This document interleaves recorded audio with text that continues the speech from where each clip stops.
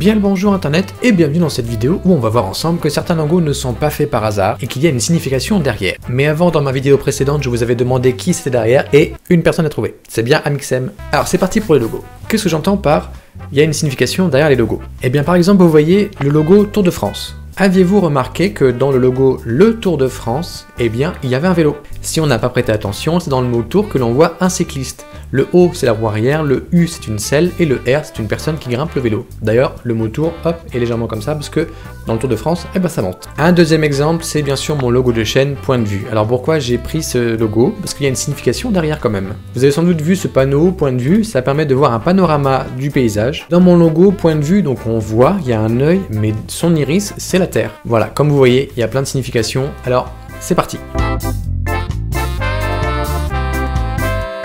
Premier logo, vous voyez, vous connaissez bien sûr, c'est l'enseigne Carrefour.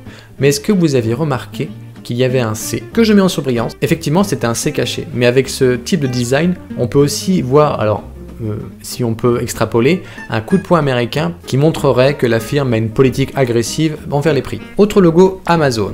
Alors vous voyez cette flèche, ça montre un client qui est content et la flèche va de A à Z, ce qui montre qu'Amazon vend tous les produits de A à Z. Mais en tout cas avec la flèche, le client est satisfait. Vous connaissez tous le logo Quicksilver, donc une marque de fringues où l'on peut voir une vague et une montagne. Et la société Quicksilver a aussi une autre entreprise qui s'appelle Roxy. Et son logo Roxy, c'est de Quicksilver. Autre logo comme Carrefour, Formule 1 F1. Alors vous voyez que le 1 en fait est entre le F et le rien du tout en fait. Il est simplement suggéré. Autre logo, c'est FedEx. Alors celui-là c'est mon petit préféré parce que c'est un petit symbole qu'on voit pas forcément beaucoup. C'est la petite flèche entre le E et le X.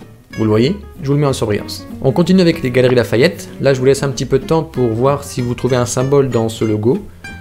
C'est un symbole assez fort de la capitale de France. Les deux T, en fait, ça forme la Tour Eiffel.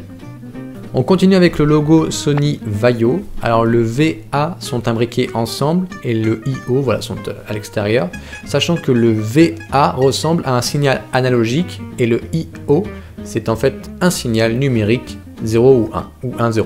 Celui-là aussi il est sympa parce qu'il est très simple, c'est le logo de la chaîne télévisuelle NBC. Il y a 6 couleurs qui représentent l'actualité, divertissement, station, réseau, sport, communication. Mais il y a un petit logo caché, c'est un pan qui fait la roue. On peut voir son petit bec sur le côté violet. Ce logo est pour les petits gourmands au chocolat, j'ai nommé Toblerone. On voit derrière le texte Toblerone une montagne, c'est le mont Cervin qui se situe entre l'Italie et la Suisse. Mais si on regarde aussi d'un petit peu plus près, on voit un ours qui lui est le symbole de la ville de Berne, qui est la ville de la naissance du créateur.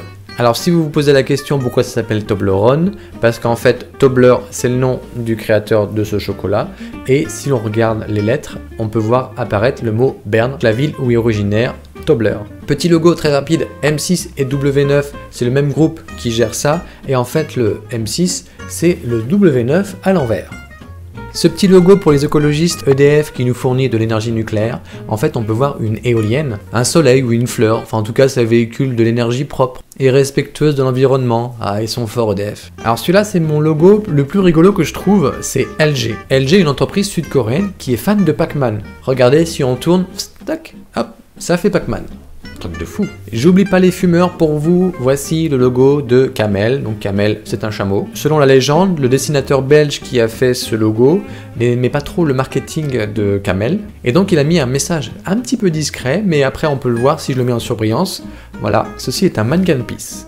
Je rappelle, un mannequin piece, c'est un bébé ouais, qui fait pipi dans la fontaine. Et j'aime à croire que cette légende est vraie.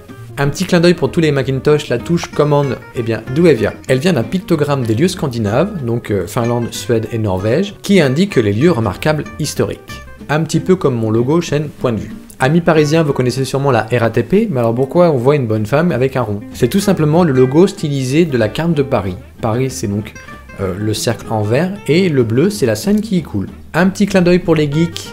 Ce bouton, le power on-off, vous savez pourquoi il est comme ça? Un rond avec une barre? Eh bien ça montre un circuit fermé, le 0, et un circuit ouvert, le 1. Bouton on-off. Amis de la connexion, est-ce que vous connaissez le Bluetooth? Le Bluetooth qui veut dire littéralement les dents bleues. On voit des dents et c'est tout bleu. C'est un hommage au roi danois Harald Blåtand, ou en anglais Harald Bluetooth. Selon la légende, ce roi, donc Harald, n'arrêtait pas de manger de la myrtille, et la myrtille, ça rend les dents bleues. Pourquoi ils ont pris ce roi Harald? Eh bien, à part avoir la dent bleue, c'est une personne qui a unifié toutes les tribus danoises pour en former un seul et même royaume.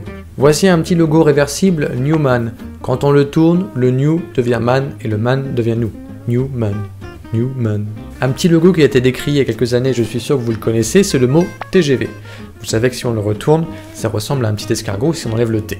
Un train grande vitesse qui ressemble à un escargot, c'est pas très vendeur.